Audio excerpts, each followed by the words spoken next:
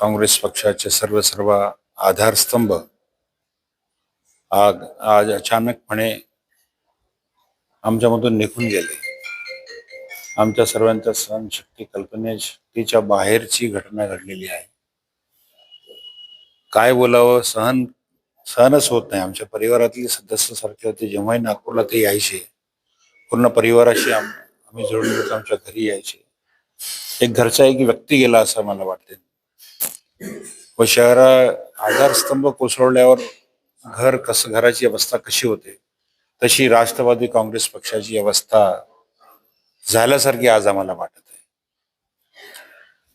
शब्द नाही आमच्याकडे. असा नेता, ताबडतोब निर्णय घेणारा नेता मी एकमेव नेता पाहिला अजितदादाच्या रूपामध्ये.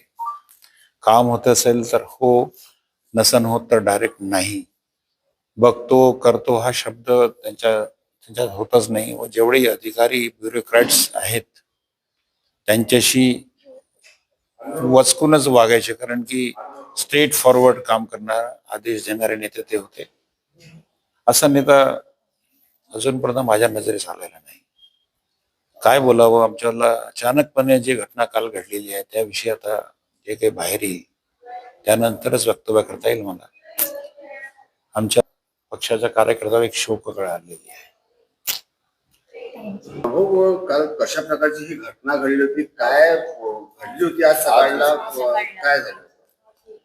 अचानक आज सकाळी फोनवर फोन यायला लागले, न्यूज लावा भाऊ, न्यूज लावा. न्यूज वर असं काय अशी घटना आहे की सांगू शकत नाही. पहिले तर हॉस्पिटलाइज झाले असं कळलं, पण जेव्हा क्लिअर कट ते गेले असं जेव्हा कळलं, सहनशक्तीच्या बाहेर आहे.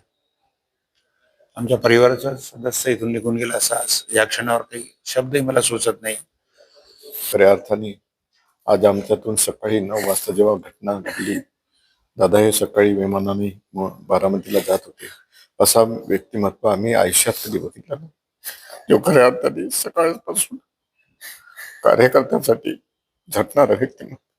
सकाळी 5 वाजता दादा निघाले विमानाने आणि जातात त्यांची 7 वाजताची सभा होती बारामतीला. पोचताच बारामतीच्या अगोदरच दादांचा अपघात झाला. ती न्यूज अनेकांनी फोन केलेत, दादा गेलेत रे.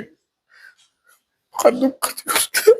खरं साथी गेलं, आमच्यातला खरा नेता गेला.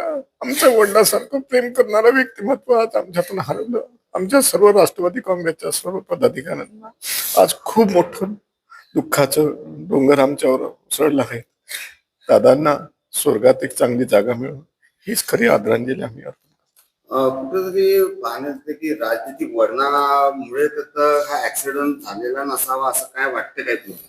असं काही आता सांगता येत नाही, पण दादासारखा एक मोठं व्यक्तिमत्व आमच्या सर्वांतून निघून गेलं. हे आमच्यासाठी सर्वांसाठी एक कुटुंबातलं मोठं व्यक्तिमत्व गेलं, आमचा आधार गेला असं आज आम्हाला वाटतं. आज नागपूरच्या पार्टी ऑफिसमध्ये जयंत साहेबही ते येणार आहेत की काय, कसं काय समोरचं चित्रीकरण राहणार आहे तुमचं, का तुम्ही बारामती जाणार आहे की काय? आता आम्ही ठरवणार थोड्याच वेळात कुठे जायचं काय जायचं, पण आम्ही सर्वजण बारामती दादा जिथे त्यांचा मृतदेह आहे तिथे आम्ही सर्वजण पोहोचणार आहोत, पार्टीचे सर्व पदाधिकारी. टीव्हीवरती APP माझ्यावरती वाचल्यानंतर पहिले असं सांगण्यात आलं की 6 लोक गेले, पण मी परमेश्वराला प्रार्थना करत होतो की त्याच्यामध्ये दादा नसावे. पण लगेच न्यूज आली की दादा नाहीत. आणि हे ऐकूनच आमच्या घरातील सर्व परिवार आणि सगळे सुन्न झालो अगदी, म्हणजे डोकं काम न करण्यासारखी परिस्थिती झाली. आणि आज परिस्थिती अशी आहे की राष्ट्रवादी काँग्रेस पार्टी हा खऱ्या अर्थाने अनाथ झाला आहे आणि आता आमचा कोणी वाली राहिला नाही अशी परिस्थिती आमच्या मनामध्ये झालेली आहे.